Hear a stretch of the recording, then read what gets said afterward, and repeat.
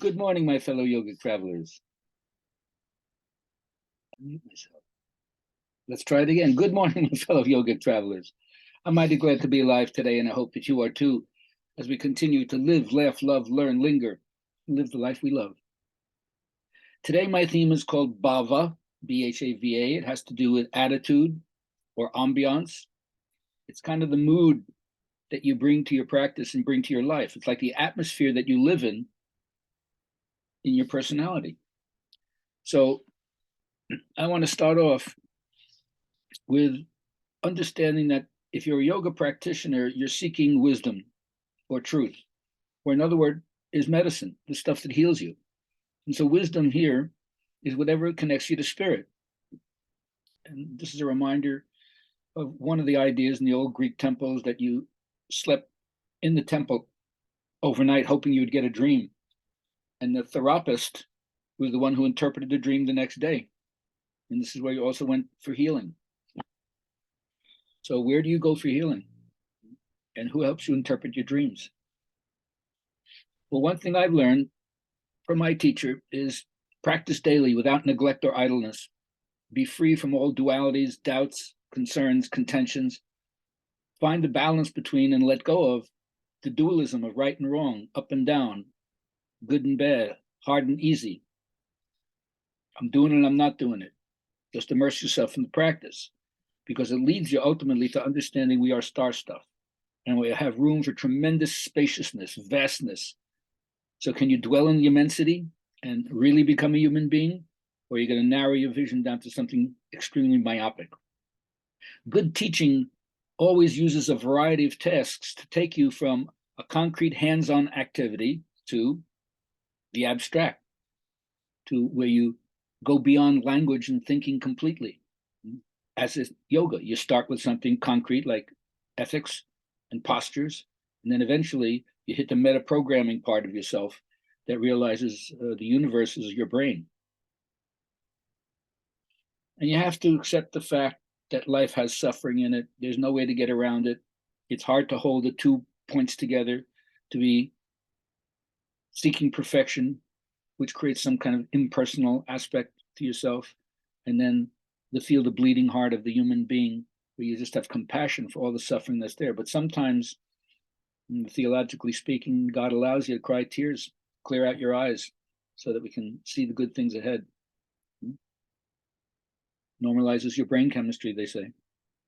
So Albert reminding us, blind obedience to authority is the greatest enemy of the truth.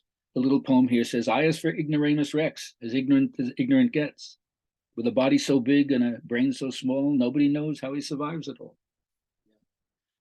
So what are you listening to without challenging it? How are you not using your intellect to critique the stuff you know is bogus and refuse to go along with it? But whether you can or whether you think you can't, you're right. But then if you can't, you're a useless piece of shit. Oh, come on. That's not the way to encourage personal effort. But you know how it is. We feel less empowered when we put ourselves down and don't acknowledge the potential that we have. That's not the right bhava or attitude to walk around in. I always say, don't say anything that makes you sound weaker than you really are. And when setting out on a journey, don't seek advice from someone who's never left home, says Jalaluddin Rumi. Because if you don't set out on this way and engage yourself completely, you'll never be free from the sadness and melancholy that weigh you down. Woulda, coulda, shoulda. Don't waste your life and end up realizing, I wish I did. Do it now. Even if it's difficult, we're like the metaphor of a woman in travail.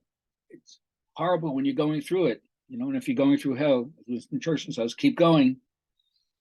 But then you forget when the baby is born. So you've been through the ringer, and then you're all cleaned and purified on the other side. Was it worth it? Yes. Was it easy? No. But was it worth it? Yes. It reminds me of the Monday night class out in Marin County back in 1970. Sober certainty of waking bliss, Steve Gaskin used to call it, like a Zen master, a hippie Zen master. But then you're cool, then you're sane, then you're funny, then you're compassionate, and you know where it's at. To use hippie jargon, you know where it's at. Where it's at is no past myth is sufficient for moving ahead. You have to find out, so what's the role of the human being now in an evolving cosmos and an awareness of planetary unity? Well, if you don't see that, then you realize that ours is just a moment of destruction. No, it's one of tremendous promise of renewal amidst the collapse. What's your attitude?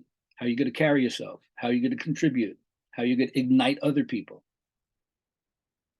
Well, it's through our intrinsic relatedness. If you don't feel this, you're not going to respond adequately, right? So those who practice yoga have a higher degree of feeling the interrelatedness. Yoga means union, both the path that leads to the union and the union itself. And if you do that, then you'll always be reminded it's central to tell your story. All you need is love. Find through music, poetry, color, song, dance, mime, whatever. Because if you don't do that, the universe falls into ruin. So keep your bhava going and be thankful for everything in your life.